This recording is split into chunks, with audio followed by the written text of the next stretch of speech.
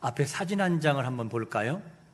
여러분, 저 사진을 보면 연세가 지긋하신 분들은 옛날이 떠오를 것이고, 또 요즘에 저 나무를 기억하지 못하는 사람들은 저게 뭐지? 라고 하는 사람이 있을 텐데, 저 나무는 뽕나무죠. 뽕나무에 오디가 열렸어요. 오디 또는 오들개 또는 또 오드개, 여러 가지 말로 이렇게 부릅니다. 오디는 뽕나무에서 열리게 되는데, 뽕나무라고 이름을 붙인 것은 소화가 잘 돼서 방구를 뽕 하고 낀다고 해서 뽕나무라 이렇게 했다는 또 말도 있어요. 그런데 이 오디는 굉장히 좋은 그런 하나의 식물이죠. 뭐냐면 오디는 당뇨 예방에 굉장히 좋다고 하고, 그리고 관절염 치료, 골다공증, 그리고 간 건강 및 이 숙취 해소, 심혈관 질환, 또 특별히 고혈압에 좋다고 하죠. 기관지 질환, 그리고 노화 방지 및 탈모, 여기에 굉장한 효과가 있다, 이렇게 보통 알려져 있습니다. 어린 시절 오디가 저렇게 좋은지는 몰랐지만 저 오디를 먹기 위해서 아이들이 함께 뽕밭에 갔어요. 오직 먹기 위해서, 먹을 것이 많지 않다 보니까 먹기 위해서 오디를 땄는데, 이렇게 어린 아이들과 함께 도시락을 준비해서, 빈 도시락을 준비해서 뽕밭에 거의 다다르면 애들이 뛰기 시작을 해요. 뭘 보고 뛰기 시작하느냐? 어느 뽕밭이 더 잎사귀가 무성하고 좋으냐? 왜냐? 열매가 분명히 좋을 거라고 기대하니까. 그리고 뽕밭을 향해서 막 뛰어가면 진짜 어떤 친구들은 정말 좋은 뽕밭을 만나가지고 새카맣게 익은 열매를 따요. 어떤 열매냐? 이런 열매. 이야, 보기만 보아도 그냥 단맛이 느껴지잖아요. 저 오디. 그렇게 해서 저런 오디를 도시락에 가득 채워가지고 오는 아이들이 있고, 어떤 아이들은 판단을 잘못해가지고 이런 오디 밭을 갑니다. 사진 볼까요? 저런 오디 밭. 거미줄 친 것처럼 익은 것도 아니고 병이 와가지고 저렇게 부실한 그런 오디를 만나서 올 때 실망을 하고 그냥 힘이 없이 걸어오는 아이들도 있었어요. 그런데 아이들이 힘줄이 있어가지고 또 약올리를 하고 도시락에다가 새카만 오디를 딴 다음에 실컷 먹고 어디에 칠해요? 입술에다 잔뜩 칠해가지고 나 이만큼 많이 먹고 땄다, 그리고 자랑을 해요. 자, 그런데 오늘 본문에도 이 뽕나무과에 속하는 무화과 나무에 대해서 이야기가 나오고 있어요. 어느 날 예수님께서 시장하셔서 무화과 나무의 잎을 보고 그 다음에 그 가까이 갔으나 열매가 없어서 저주한 사건이 나와요. 이 본문은 많은 사람들이 해석을 하고 많은 사람들이 연구할 때 참 이해를 못했던 그런 본문이죠. 왜 그런가 하면 시장하셨어요. 그 다음에 멀리 잎사귀가 있는 나무를 보심, 그 다음에 잎사귀 외에 아무것도 없음. 알고 보니 때가 아니었다. 이 말은 무슨 말이죠? 아직 열매가 맺힐 때가 아니었기 때문이다. 그 다음에 나오는 말이 뭐냐면 끝날 때에 예수님께서 저주를 하셔요. 이 말을 보면 앞뒤가 안 맞아요. 왜냐하면 어떤 말을 할 때는 기승전결이 있잖아요. 특별히 논문을 써보면 기승전결이 명확하지 않으면 정말 교수들한테 혼나잖아요. 기승전결, 앞뒤가 맞아야 돼요. 그런데 오늘 말씀을 보면 앞뒤가 잘 안 맞아요. 왜 그런가 하면 분명히 열매가 있는 줄 알고 갔으면 때가 아니었구나, 그래서 없었냐고 와야만 돼요. 근데 끝날 때 오만 무화과 나무를 저주하는 것으로 끝나버려요. 그러니까 이게 무슨 말인지를 도무지 이해가 잘 안 될 때가 있어요. 어떤 사람이 기승전결은 없으나 어떤 말을 반복하고 힘주어 얘기할 때는 잘 새겨들어 봐야 돼요. 뭔가 저가 말하고 있는 메시지가 있을 것이다. 우리가 피카소의 그림을 보면 죄송한 얘기지만 초등학교 1학년 수준의 그림 같은 실력이에요. 그런데 피카소의 그림은 세계적인 예술가예요. 그렇게 유명한 그 피카소, 우리가 볼 때는 아닌 것처럼 보이는데 어떤 때는 서 있는 그림도 있고, 어떤 때는 수사 박힌 그림도 있고, 어떤 때는 누워있는 그림이 있고, 어떤 사람은 별 그림이 다 있는데 그게 최고라고 그래요. 왜 그럴까? 뭔가 상징하는 바가 있으니까. 이것이 피카소의 그림이죠. 자, 오늘 말씀에도, 오늘 말씀을 이해할 때도 이 본문을 가지고 어디 포커스를 맞출 것인가가 중요해요. 무화과 나무의 열매에다 포커스를 맞출 것이냐, 무화과 나무의 이 무성한 잎에 맞출 것이냐, 이 포커스에 따라서 해석이 쉬워질 수도 있고 어려울 수 있어요. 오늘 본문은 열매의 포커스가 아니라 잎이 무성한 거에 맞출 때 이 본문이 풍성하게 이해가 되기 쉽다는 거죠. 자, 오늘 본문 보니까 주님께서 무화과 나무 곁을 가실 때 무엇을 보고 가셨느냐? 첫 번째 이렇게 말씀하고 있어요.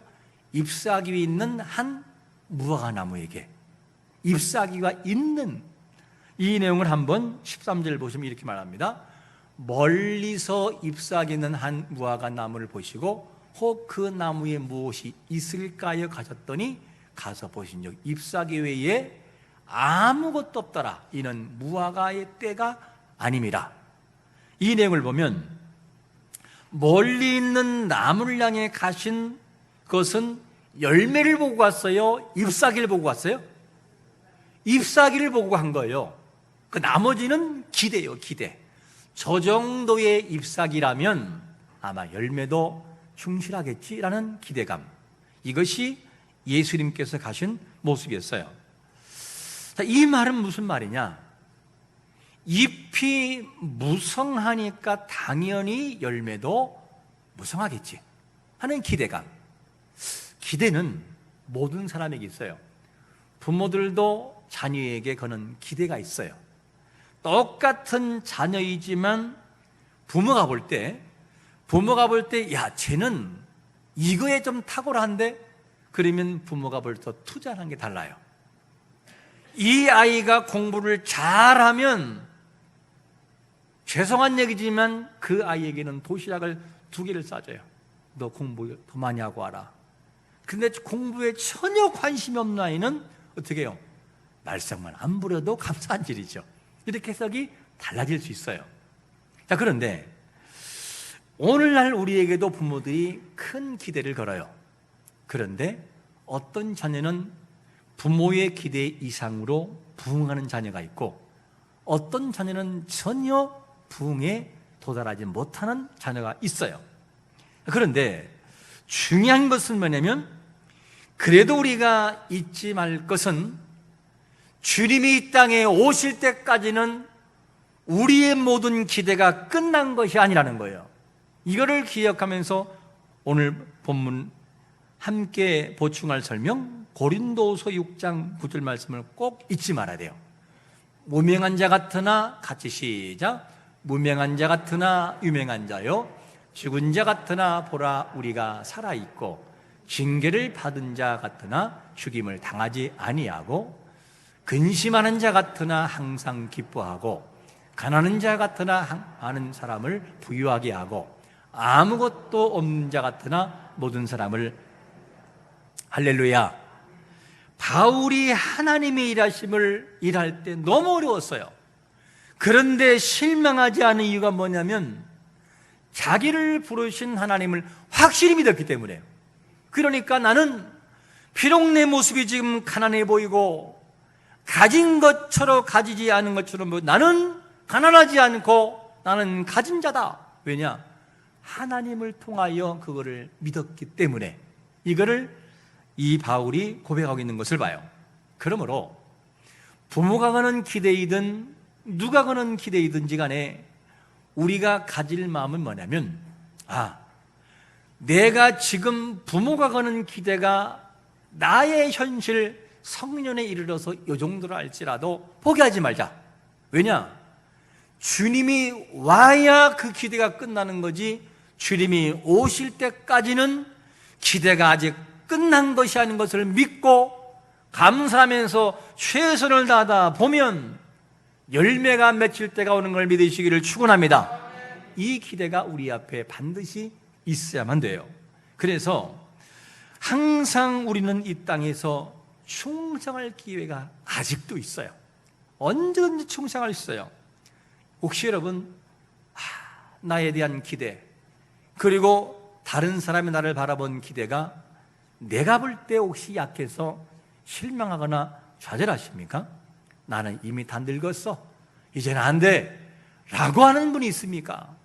어떤 분들은 전도하다 보면 뭐라고 하죠? 아이고 이제 뭐 이 나이에 뭐 교회를 나가, 이미 끝났어 라는 분도 있어요. 과연 그럴까? 그렇지 않다는 거죠. 왜 그러냐? 마태복음 20장 이하를 보면 주인이 포도원의 일꾼을 구하기 위해서 이른 아침에 나가요. 그리고 들어가라, 품삯 줄게. 그리고 늦은 시간 11시 오후 5시에 이 사람을 불러서 들여보내요. 들어가는 사람은 너무너무 미안해요. 왜냐? 1시간밖에 안 남았는데 무슨 일을 하느냐?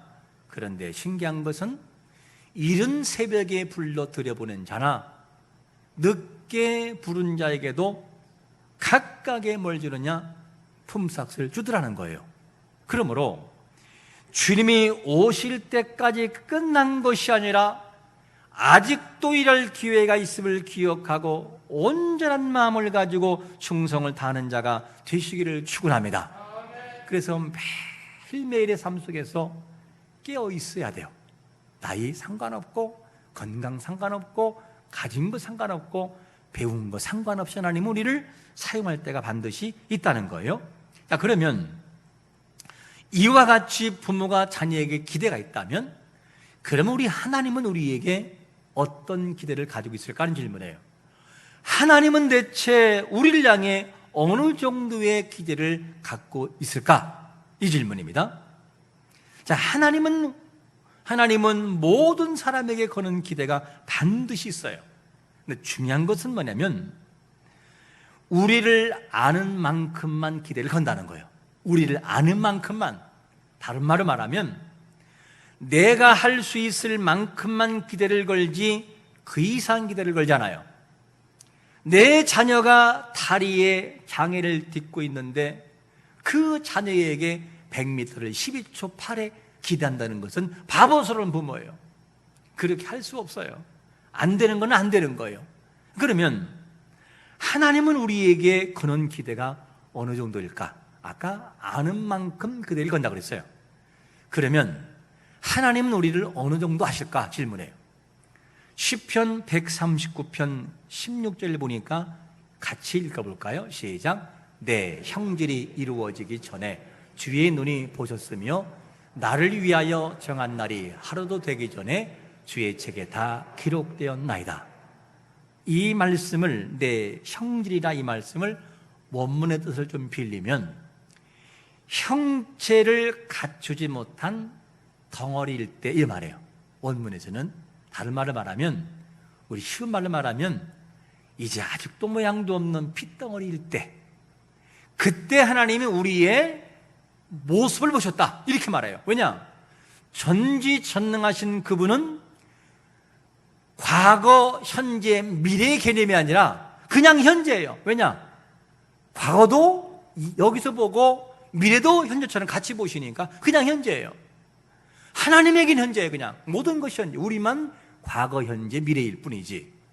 그러니까 우리를 바라보실 때 우리가 이미 생기 전부터 알았으나 이미 생기려는 이만한 핏덩일 때부터 우리의 모든 걸 아신다는 거예요.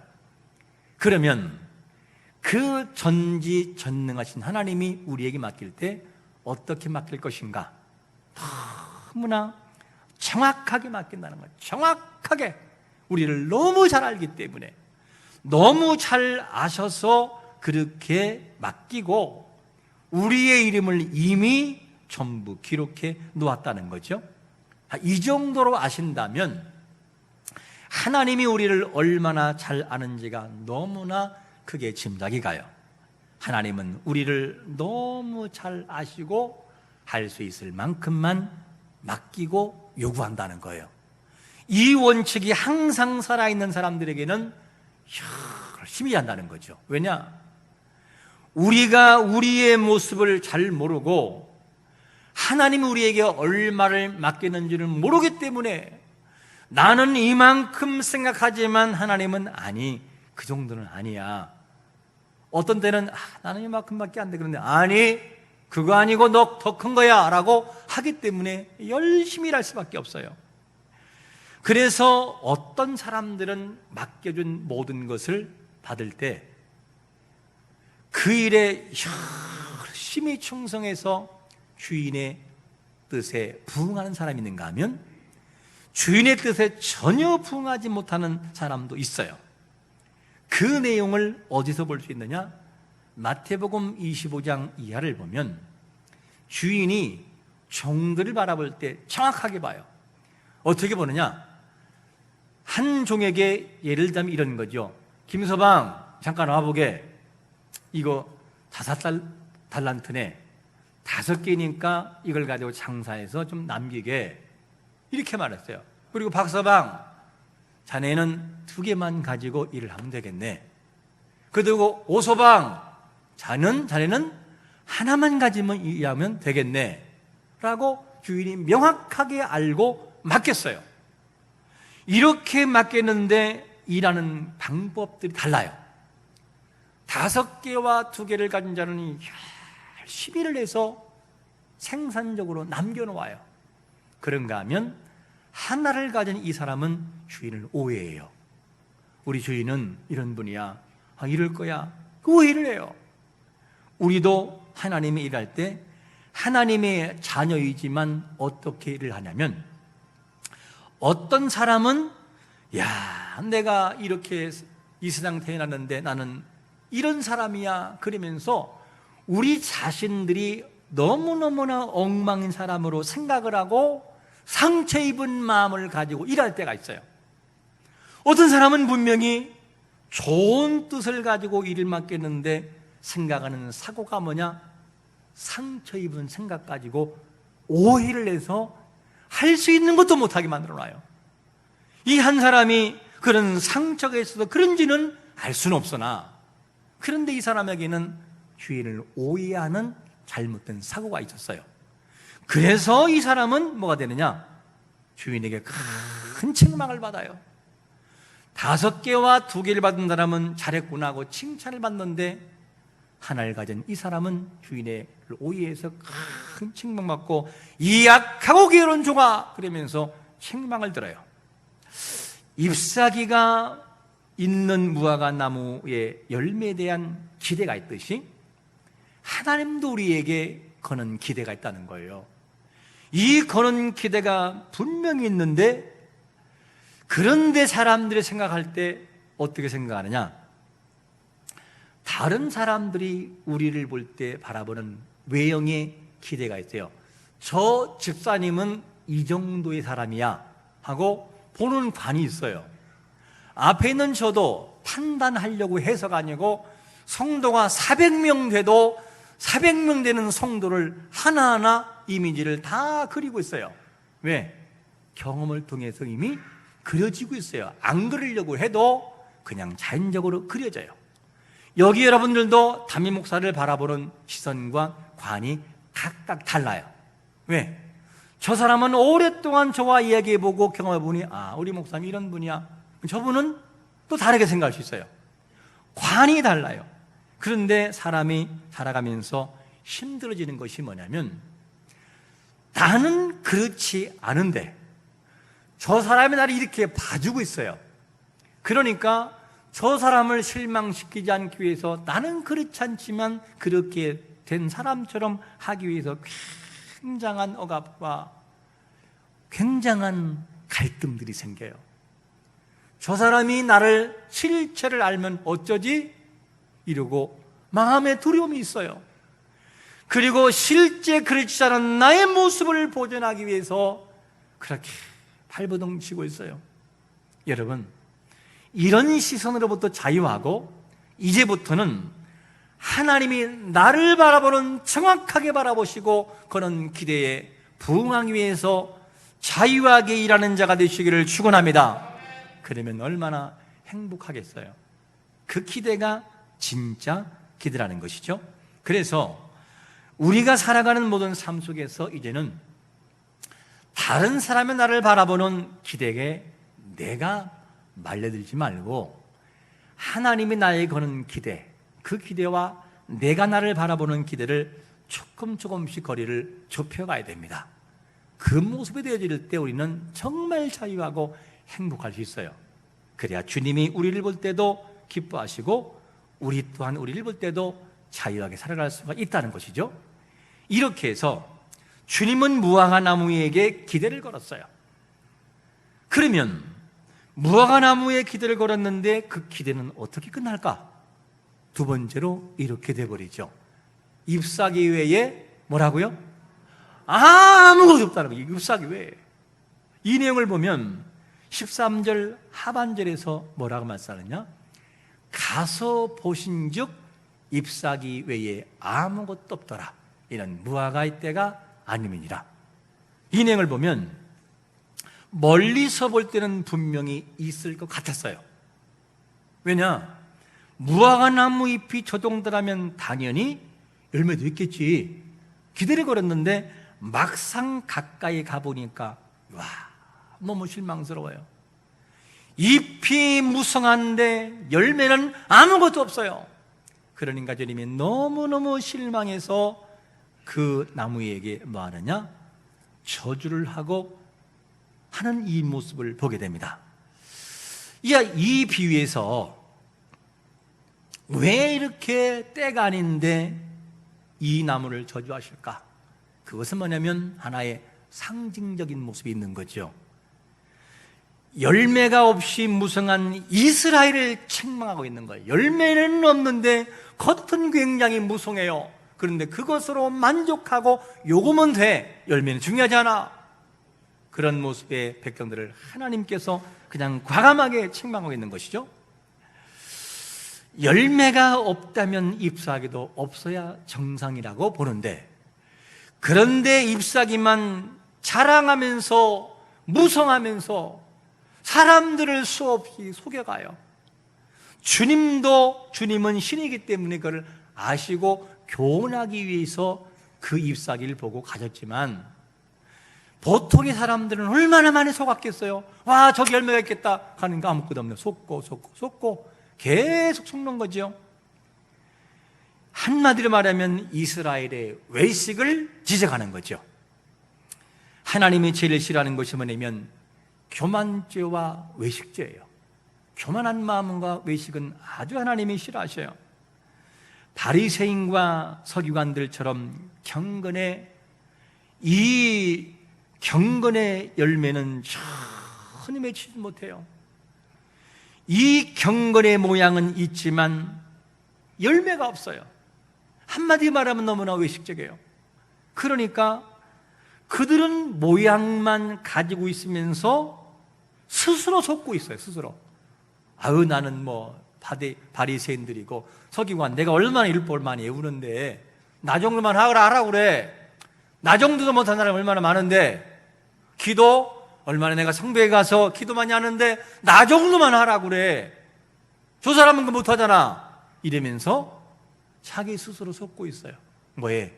무성한 잎의 형식 속에 그는 속고 있다 그 말이에요. 이거에 속아서 그 정도면 된다라고 계속해서 속고 있어요. 여러분, 사람은 속에 있어도 형체를 하신 하나님은 절대 속일 수 없다는 거예요.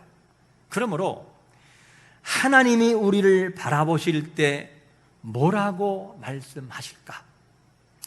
우리도 우리의 모습 속에 속아요. 다른 사람이 보는 나와 내가 보는 내가 어느 정도 일치하십니까? 하나님이 보는 나와 내가 보는 내가 얼마나 일치하십니까? 우리는 이것도 모르고 이 정도면 돼. 그리고 잘못된 고정관념의 틀에 박혀 우리가 스스로 속고 있더라는 거죠. 우리가 속고 있어요.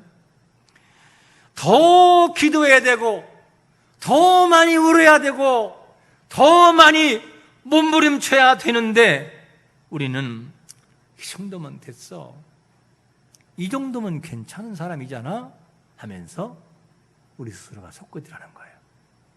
이거를 1년, 2년, 3년, 10년, 20년 하다 보니 그게 옳은 줄 알고 지금까지 그렇게 해오고 있더라는 거죠. 이게 우리의 속고 있는 무성한 나무의 잎은 아닌지 기억해 봐야 됩니다. 이런 무성한 잎이 있다면 더 기도하고 더 하나님께 나가야 될 사람인데 외형적인 습관에 젖어 그렇게 안 자고 있다면 우리는 기억해야 됩니다. 어디를? 요한계시록 2장 5절 에베소 교회를 기억해야 돼요. 같이 읽어봅니다. 시작. 그러므로 어디서 떨어졌는지를 생각하고 회개하여 첨행의를 가지라. 만일 그리하지 아니하고 회개하지 아니하면 내가 내게 가서 내 촛대를 그 자리에서 옮기리라. 여러분, 우리 모습을 살피는 자가 되시기를 축원합니다. 세상에서 아주 단단한 세 가지가 있어요. 강철이 아주 단단해요. 그리고 유리 조각도 긁으면 갈라지는 다이아몬드가 있어요. 그리고 또 한 가지 단단한 게 있는데 뭐냐? 사람의 인식, 사고예요. 이 사고는 물로 녹이지 않고 불로 녹여지지가 않아요. 강철은 물로 녹여지지만 사고는 녹여지지가 않아요. 이게 가장 단단한 사고와 틀이에요.